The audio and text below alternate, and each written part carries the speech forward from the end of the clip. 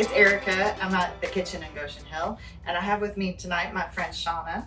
Bonjour.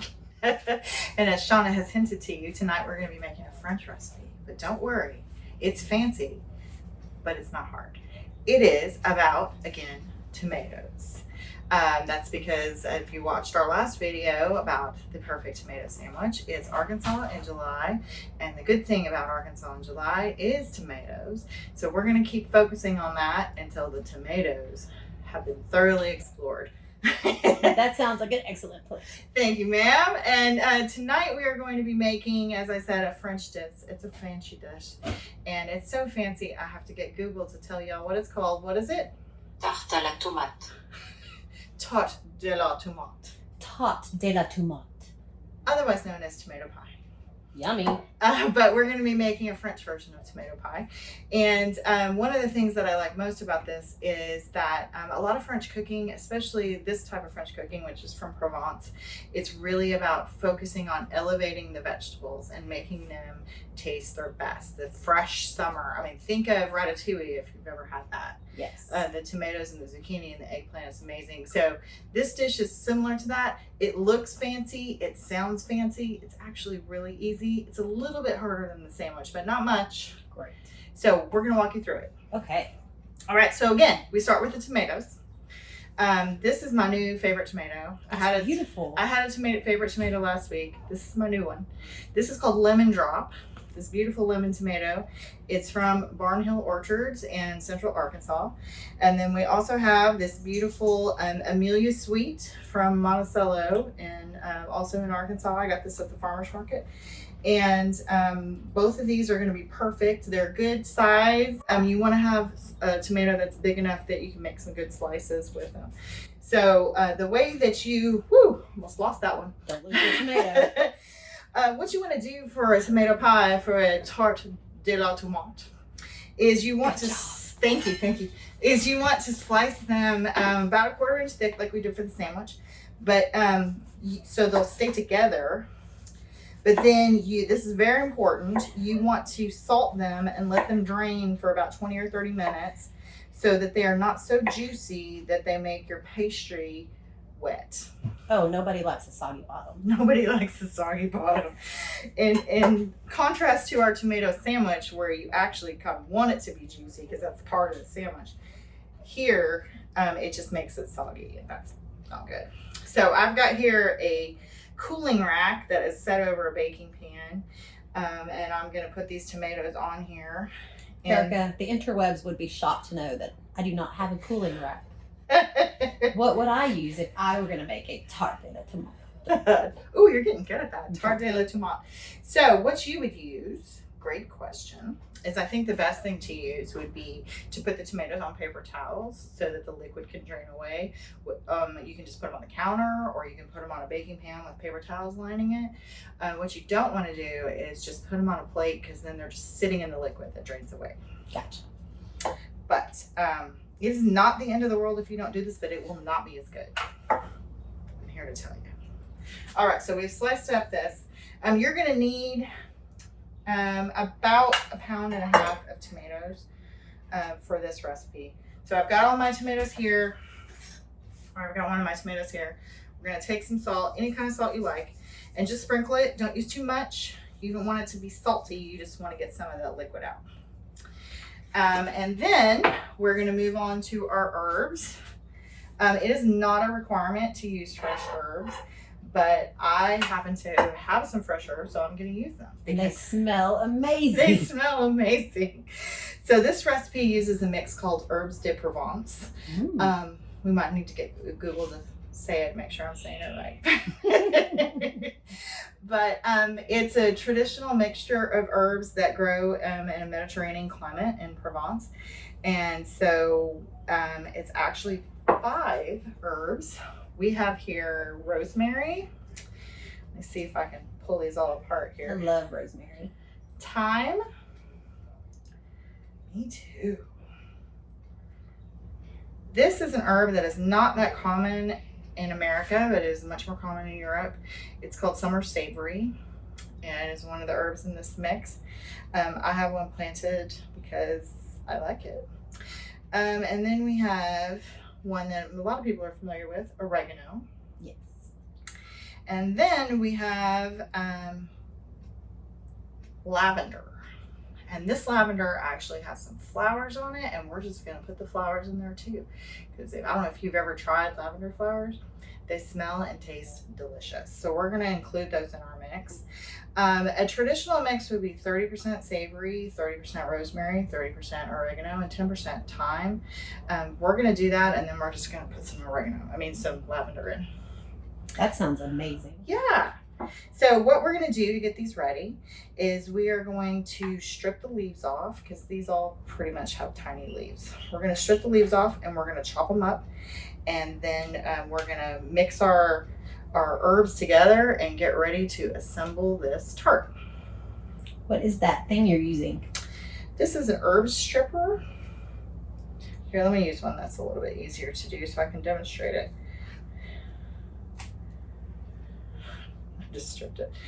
I just stripped it off without the herb stripper.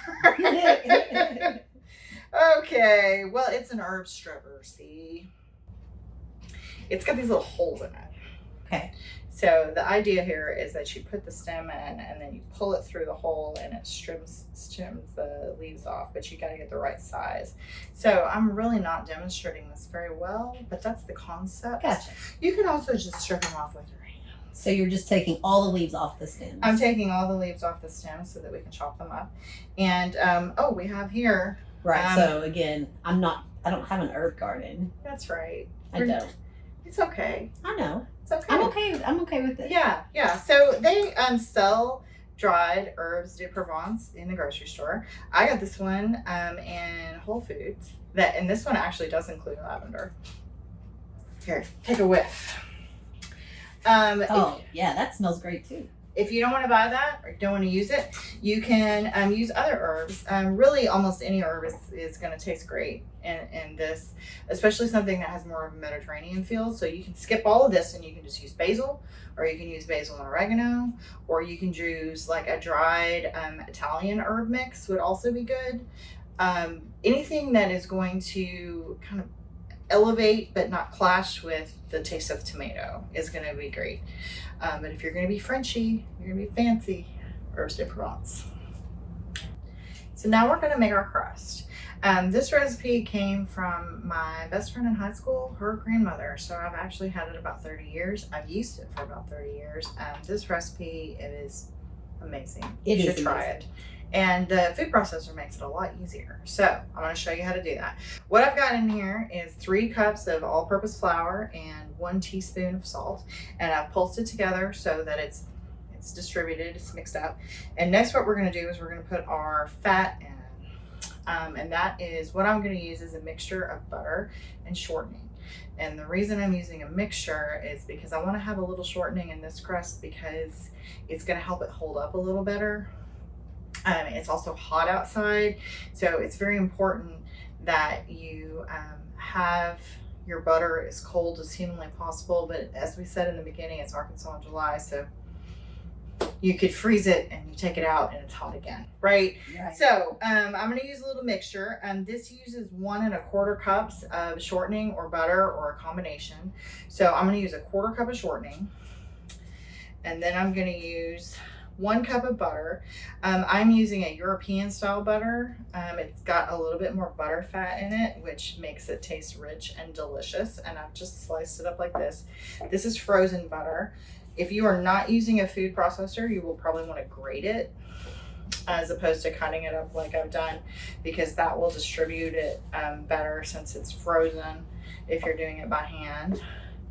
But so I'm just chucking it all in here. We are going to pulse it very carefully. You want the pieces of butter to be like pea-sized. You don't want them to be smaller than that. That is what makes crust flaky. So we want to just be really gentle when we pulse it and check on the texture and make sure that it hasn't gone too far. If it looks like sand, you went too far. So how many times is it going to take? All right, let's look. Nope, still too big. I still see big pieces. So. Do you see it's flying everywhere? Yep. Okay, we're getting a lot closer. A lot of the pieces are smaller, but some of them are still bigger. So let's just keep going a little bit further.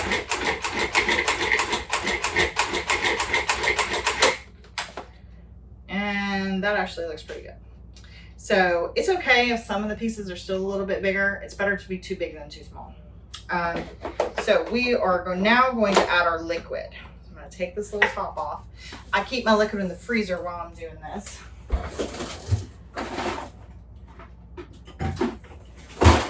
Again, we want it to be cold.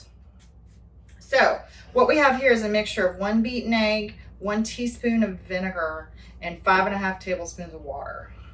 And I'm just going to dribble it in there, pulse a little, dribble a little more, pulse a little. Be very careful with your pulsing. You don't want to take the butter too small. We're just trying to distribute the liquid.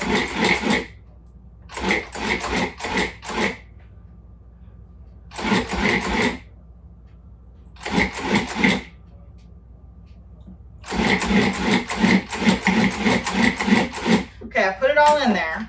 So now we're gonna check and see the texture. So what you're looking for is if you squeeze it, it holds together. And this is perfect. Let me see if I can show you here. It's almost like wet Kleenex. You know how wet Kleenex, if you squeeze it together, it stays together. But if you leave it alone, it's kind of fluffy. It's kind of like that. It actually feels great. Which is one of the reasons it's fun to do by hand. But so we're going to take this and we are going to put it in a Ziploc bag and we're going to chill it. So you can either put it in the freezer if you don't need it the same day, or the refrigerator to chill. And ideally you'd like to chill it at least 30 minutes before you use it, especially if it's hot outside. Trying to keep that butter cold. Other things that you can do if you don't want to try to make a crust, there are always options. The next best option, in my opinion, would be to use a frozen puff pastry dough, which is available at most grocery stores. You just need to let it thaw out before you used it. So you do need to think ahead at least a little bit. And I happen to have some here. I can show you what it looks like. Pepperidge Farm is very widely available. The other thing that you can do is buy any kind of pre-made pie crust. And if it's already in a pan, that's okay too. You can just make a tomato pie instead of a tomato tart. That sounds great. Thanks, Shana. So I've got it all in here. I'm gonna get the air out. Just gonna show you all how I do it. I like to make sure that it is fully involved with each other. It's holding together before I put it into chill. But be very careful with the dough. You don't want to work it too much or you'll develop the gluten and it'll be more like a biscuit and nobody wants that. No, nobody wants that. So now we're going to put together our pastry. And while I'm doing that, Shauna is going to be grating our cheese. We are using, because we're going fancy on this side of the camera, we're using Gruyere cheese. She's going to be grating it just on this grater. You can use a box grater or whatever you've got available. And we're going to have about 1/3 of a cup when she's done. So she'll be grating while we're doing this. So I have here our pastry that has been chilling in the fridge. And you can either take it out after about 30 minutes, as we talked about before, and use it. Or if it's been in there longer than that, just let it come up to room temperature a little bit so it is a bit pliable before you start this process. So I've got my rolling pins, got a little flour on it. You're a very delicate grater. So when you've chilled your pastry dough, it's going to crumble a little bit when you start to work with it. That's okay. That's because it's cold. And we're just going to roll this into about 1/4 of an inch thickness. It's going to be more or less a circle. It does not have to be perfect. which is one of the beauties of the rustic freeform tart that we are making today, otherwise known as a galette. It's just a type of tart, and it just means we're not using a tart pan. It's freeform. It can be a triangle. It can be a rectangle. We're going for mostly round, but again, does not have to be perfect. And as I'm rolling this out, I can see the little flakes of butter distributed. This is going to be some great crust. I'm very excited about it. Yeah, it looks good. Yeah. That cheese smells great. Gruyere is one of my favorites. Mine too. I love it. Now, you don't have to be exact on the cheese, by the way. It's okay if you are, but you don't have to be. There's, We need a little bit. you can improvise just a little. Now we're ready to assemble our tart. We've got our rolled out pie crust, and we are just going to very carefully drape it over the top of this rolling pin. This is the easiest way to move it. Sometimes it's still not super easy. So my crust has gotten a little warm as it was sitting out. So I'm having to use my bench scraper, which is the world's best kitchen tool. If you don't have one, you should get one. All right, so now we're going to unroll it on a parchment lined baking pan. No specific pan is needed for this rustic style tart. It's good if it has sides in case it's juicy, so the juice doesn't run everywhere. It's also good to line it with parchment because it will keep it from being such a mess later. So, Pardon me, do you have any Grey Poupon? SHANA's been waiting to use this line. So, I have. It's true, I have. we now have the Dijon mustard part of the evening, which is how you know it's really French, right? That's right. We got fancy mustard and we got cheese. fancy mustard. So the Dijon mustard adds a really nice flavor kick. It also kind of helps the tomatoes from making the crust too soggy. What did you just do with your fingers? I did what's called docking the dough. I just made little indentations in the middle. Now I'm going to put the Dijon mustard. The right amount is the amount you would put on your turkey sandwich. You don't want a ton, but you want to be able to taste it. And you're going to put it in the center of your crust, up to an inch or two to the edge. If you are using the puff pastry, it's going to be in a rectangle shape, and that is fine. Just do the same thing. You can also make your pie crust in a rectangle shape if you want to. There are no rules here. This is a rustic tart. It's supposed to just be delicious, right? Exactly. So we got our mustard. Next, we're gonna do our cheese that SHANA grated a minute ago, that Gruyere cheese. We're not gonna use all of it, but we're gonna use almost all of it and put it on the mustard section. So are there other options other than Gruyere cheese? There are. If you don't like Gruyere or it's not available to you, you can also use mozzarella, you can use Parmesan, you can use Swiss cheese. Any of those are going to be good. You want something that's going to melt. Not all cheeses melt much. So Gruyere is my favorite, and it would be more traditional for what we're making, but that doesn't make it the only choice. So now we've got our herbs. I'm going to go ahead and show you all these herbs because can you see the lavender flowers? They smell amazing. And we're going to put about a tablespoon of these chopped herbs here on top of the cheese. Maybe just a little more. They look really nice. They do. They look really nice. And then we're going to go ahead and put it on our tomatoes. So we have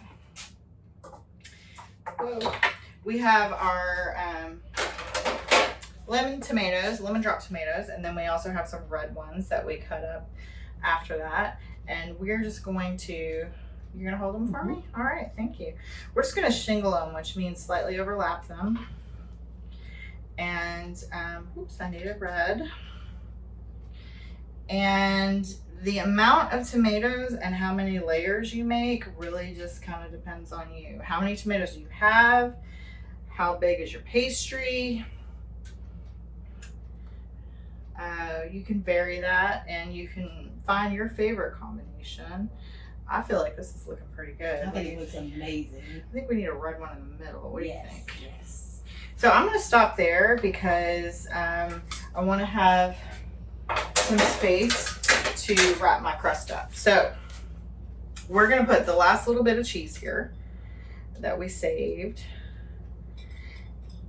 And you might want to put a little bit more salt on top. I'm not going to because I think we have enough.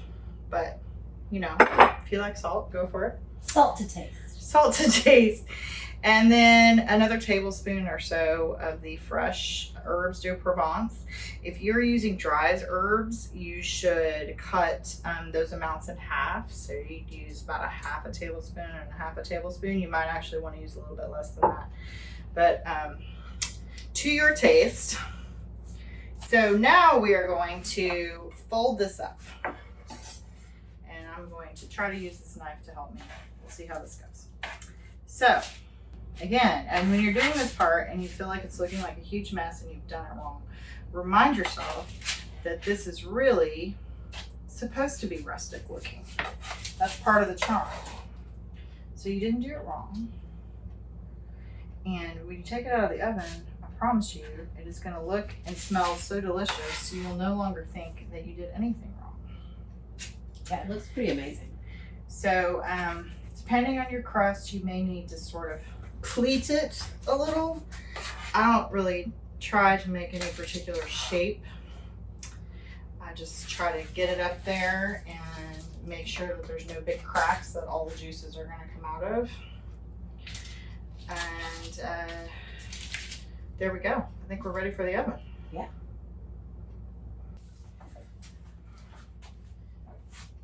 Here we go. It's going in. So you're going to bake your tart at 425 for about 30 minutes.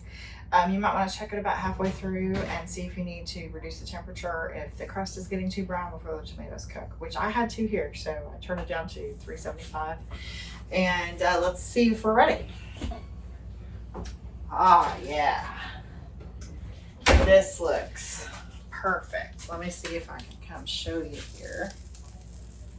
If you had really good speakers, you might hear it sizzling. But so we're just gonna let it cool for a few minutes and then we're gonna try it. Okay, we're out of the oven. We're ready to dig in.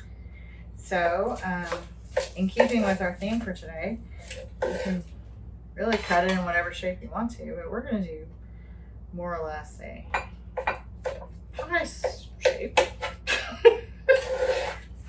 All right, are you ready? Yes.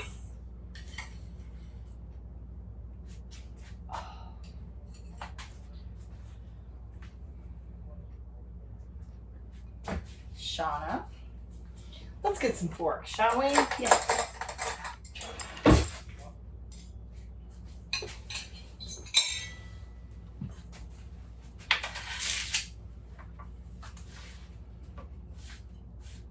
It smells really good. It does smell really good.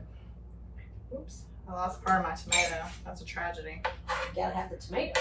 Hang on. Tomato rescue. All right. Are we ready? Mm-hmm.